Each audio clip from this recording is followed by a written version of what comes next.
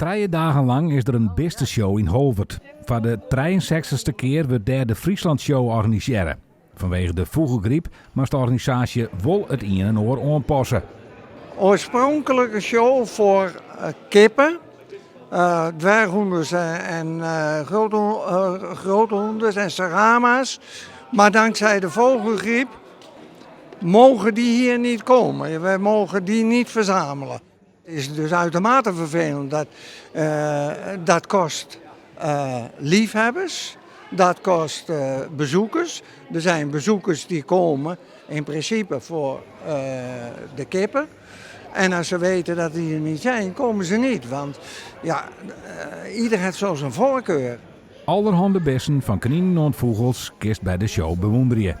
Ook is er een keuring speciaal voor de cavia. Cavia is een bijzonder iets en ik heb er altijd plezier van en cavia maakt me blij en daar ben ik altijd actief mee bezig met voeding en verzorging. Ja.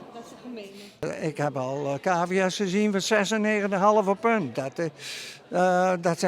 Er zijn er al 2 van, dus als er geen 97 valt, dan gaat het zometeen om die 96,5, ja.